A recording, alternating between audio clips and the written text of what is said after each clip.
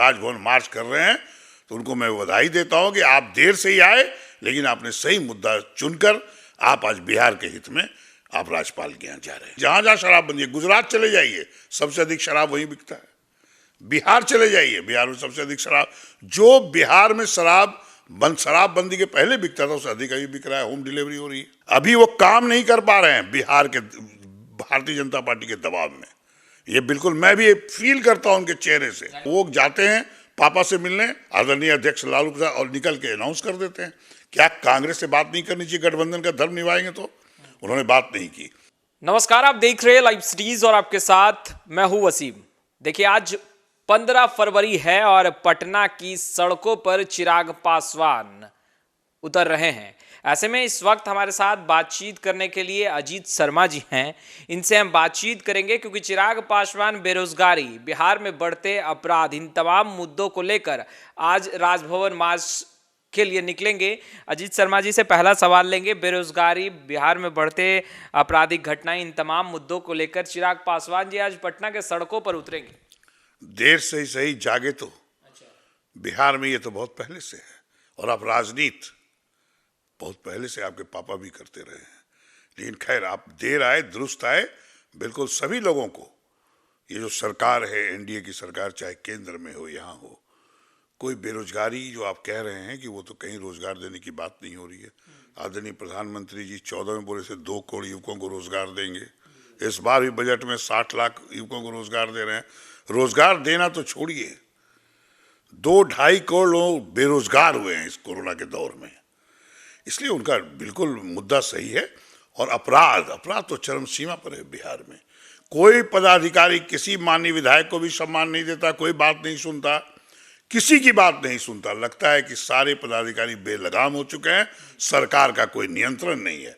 अगर वो राजभवन मार्च कर रहे हैं तो उनको मैं बधाई देता हूं कि आप देर से ही आए, लेकिन आपने सही मुद्दा चुनकर आप आज बिहार के हित में आप राज्यपाल के यहाँ जा रहे हैं। चिराग पासवान लगातार ये कहते रहते हैं कि मुख्यमंत्री नीतीश कुमार चैन की नींद सो रहे हैं, नींद से जाग नहीं रहे हैं। मुख्यमंत्री नीतीश कुमार लगातार ये कहते हैं कि बिहार में सुशासन का सरकार चल रहा है, जो गलत करता है कार्रवाई की जाती है। देखिए, वो नींद से सोए कि नहीं ये मैं नहीं कह सकता।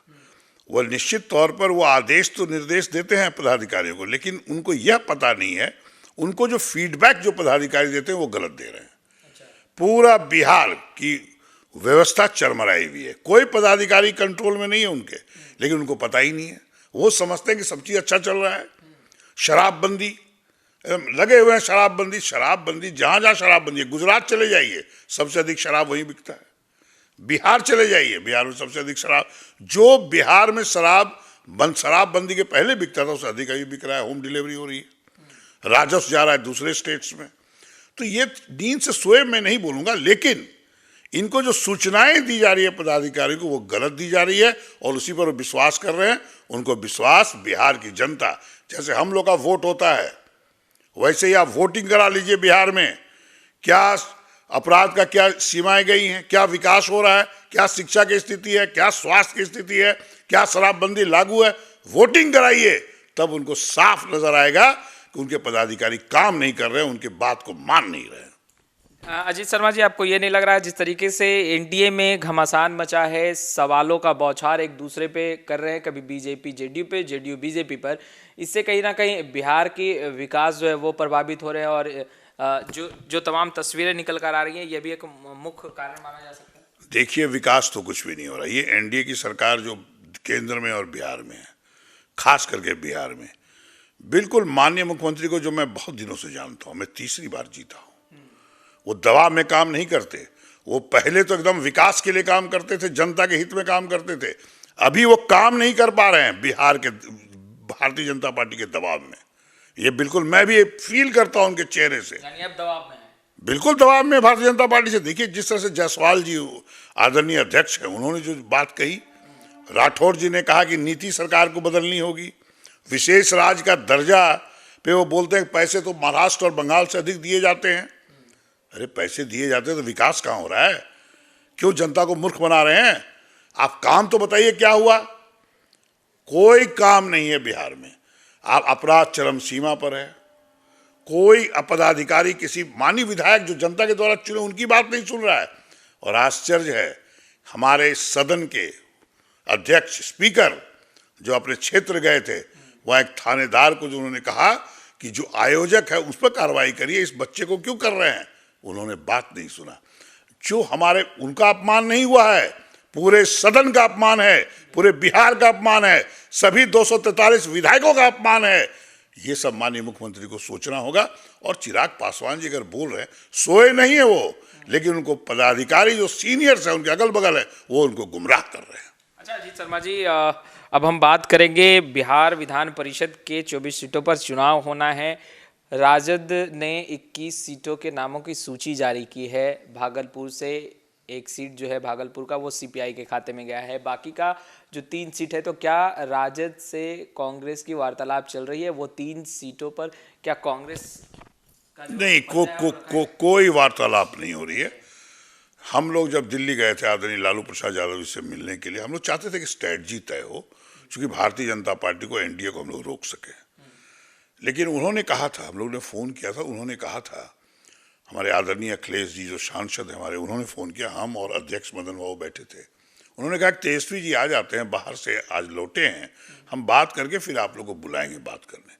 हुआ यह, आदरणीय तेजस्वी यादव जी जाते हैं, वहाँ से निकलते हैं बात करके, और सब सीटों को अनाउंस कर देते हैं कि मैं कांग्रेस के साथ केंद्र में हूँ, बिहार में नहीं हूँ। तो मैंने उसी दिन, कोई पूछा हमसे बाइट में, क्या कोई व्यक्ति बिहार में अलग बीवी रखेगा, केंद्र में अलग बीवी रखेगा? अरे भाई, बीवी आप अलग रख सकते हो, अलग रख नहीं सकते आप जब तक तलाक नहीं करते, जब तक आप डिवोर्स नहीं करते, तब तक आप दूसरी बीवी कर नहीं सकते, चाहे वो हिंदू हो, मुसलमान हो, सिख हो, ईसाई हो। तो ये तो कोई नीति नहीं होती। फिर हम लोगों ने भी तय किया, हम लोग ने आदरणीय सोनिया गांधी जी प्रभारी और आदरणीय राहुल गांधी जी को सूचना दिया, हम लोग भी 24 सीट पर तैयारी कर रहे हैं। उन्होंने अनाउंस किया, उनकी पार्टी का अंदरूनी मामला है, कांग्रेस सभी सीट पर लड़ेगी, जहां तक मुझे हाईकमान से सूचना है। महागठबंधन टूट गया मान लो? नहीं, टूटा नहीं, विचारधारा का गठबंधन है। विचारधारा की गठबंधन है, ऐसे राजनीतिक गठबंधन? राजनीतिक गठबंधन अभी नहीं है। उपचुनाव में भी जब हमारा कुशेश्वर स्थान मेरा सीट था कांग्रेस का, उन्होंने दोनों सीट पर पहले कौन अनाउंस किया? राजद ने किया, हम लोग नहीं किया। तो उनको अपने ऊपर देखना होगा कि वो कर रहे हैं। आज बिहार विधान परिषद में क्या, वो जाते हैं पापा से मिलने, आदरणीय अध्यक्ष लालू प्रसाद, और निकल के अनाउंस कर देते हैं। क्या कांग्रेस से बात नहीं करनी चाहिए? गठबंधन का धर्म निभाएंगे तो उन्होंने बात नहीं की। लेकिन फिर भी हम लोग चूंकि देश को बंटने नहीं देंगे, जाति धर्म के नाम पर उन्माद फैला के जो भारतीय जनता पार्टी देश को बांटने का काम कर रही है, उसके चलते हम लोग गठबंधन में हैं, लेकिन सीटों के सवाल पर अभी हम लोग अलग चुनाव लड़ रहे हैं। देखिए, अजीत शर्मा जी ने साफ साफ लफ्ज़ों में ये कहा है कि चिराग पासवान देर आए हैं मगर दुरुस्त आए हैं। खैर, लाइव सिटीज़ के साथ बने रहें। कैमरा पर्सन प्रकाश के साथ मैं वसीम, लाइव सिटीज़ पटना।